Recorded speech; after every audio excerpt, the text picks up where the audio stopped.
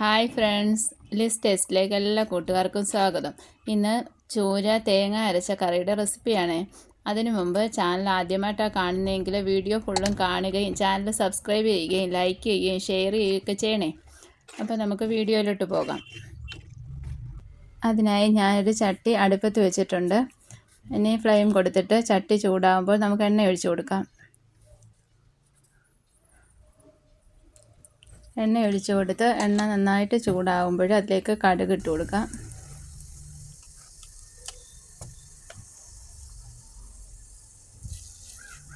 കടുക് ഇട്ട് കൊടുത്ത് ഇനി കടുക് ഒന്ന് പൊട്ടി തുടങ്ങുമ്പോഴത്തേക്കിന് അതിലേക്ക് ഉലുവ ഇട്ട് കൊടുക്കാം.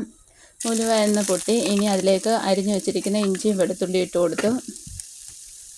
നന്നായിട്ട് വഴറ്റാം നമുക്ക് ഇഞ്ചിയും വെളുത്തുള്ളിയൊക്കെ. ഇനി അതിലേക്ക് അരിഞ്ഞു വെച്ചിരിക്കുന്ന കൊച്ചുള്ളി ഇട്ട് കൊടുക്കാം. കൊച്ചുള്ളിയും കൂടെ നന്നായിട്ട് മൂപ്പിക്കാം.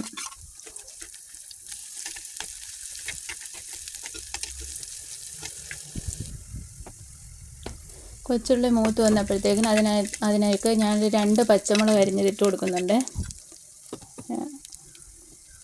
പച്ചമുളക് അതിനകത്ത് കിടന്ന് നന്നായിട്ട് വഴറ്റട്ടെ. അന്നേരത്തേക്കിന് ഒരു 1/2 സ്പൂണ് കുരുമുളക് പൊടി ഇട്ട് കൊടുക്കുന്നുണ്ട്.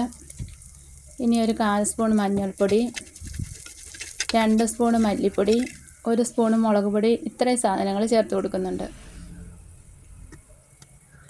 മല്ലിപ്പൊടിയും മുളക് പൊടിയൊക്കെ നിങ്ങളുടെ മീനിൻ്റെ അനുസരിച്ചാണ്. എനിക്കിന്ന് കുറച്ച് മീനേ ഉള്ളൂ, അതുകൊണ്ട് കുറച്ച് ഇട്ട് കൊടുത്തിട്ടുള്ളൂ. അതിനല്ല തേങ്ങ ഇനി അരച്ച് ചേർക്കുന്നുണ്ട് ഇതിനകത്ത്.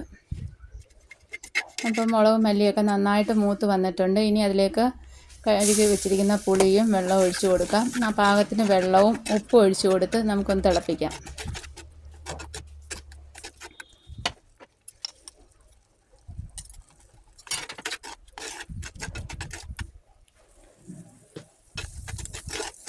അല്പം കറിവേപ്പില കൂടി ഇട്ട് കൊടുത്തിട്ടുണ്ട്. ഇനി പാകത്തിന് വെള്ളം ഒഴിച്ച് നന്നായിട്ട് കലക്കിയിട്ട് ഒന്ന് തിളപ്പിക്കാൻ വെക്കാം. അരപ്പൊന്ന് തിളച്ച് വരുമ്പോഴത്തേക്കിന് വന്നു കഴിഞ്ഞിട്ട് നമുക്കിനി മീനൊക്കെ ഇട്ട് കൊടുക്കാം. ഒരു 2-3 മിനിറ്റ് ആയപ്പോൾ അരപ്പ് തിളച്ച് വന്നിട്ടുണ്ട്. ഇനി അതിലേക്ക് മീൻ കഷ്ണം ഇട്ട് കൊടുക്കാം.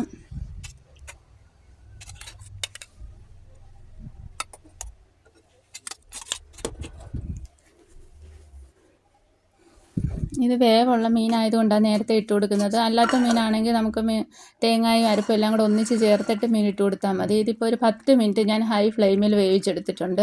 മീൻ ഇപ്പം നന്നായിട്ട് വെന്ത് വന്നിട്ടുണ്ട്. ഇനി അതിലേക്ക് ബാക്കി ഇൻഗ്രീഡിയൻസ് ഇട്ട് കൊടുക്കാം.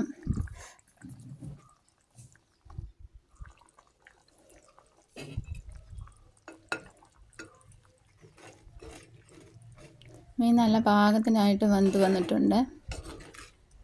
ഇനി ഇതിലേക്ക് ഒഴിക്കാൻ വേണ്ടി ഞാനൊരു അരമുറി തേങ്ങ അരച്ച് വെച്ചിട്ടുണ്ട്. ആ തേങ്ങ അരപ്പ് കലക്കി ഇതിലേക്ക് ഒഴിച്ചു കൊടുക്കാം.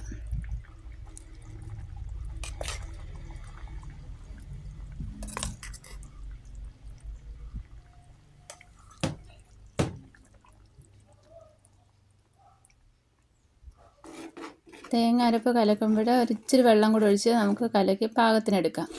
എന്നിട്ട് ഇനി ഒത്തിരി തിളയ്ക്കൊന്നും വേണ്ട, ഒരു 2-3 മിനിറ്റ് തിളച്ചാൽ മതി. തിളച്ച് കഴിഞ്ഞാൽ നമുക്ക് കറി പാകമാകും.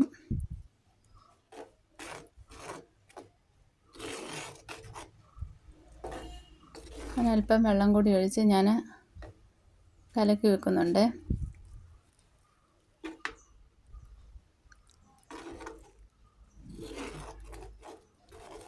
നന്നായിട്ട് ഇളക്കി ഒരു 2-3 മിനിറ്റും കൂടെ ഒരു തിള വന്നാൽ മതി. അപ്പോഴത്തേക്കിനും കറി റെഡിയാകും.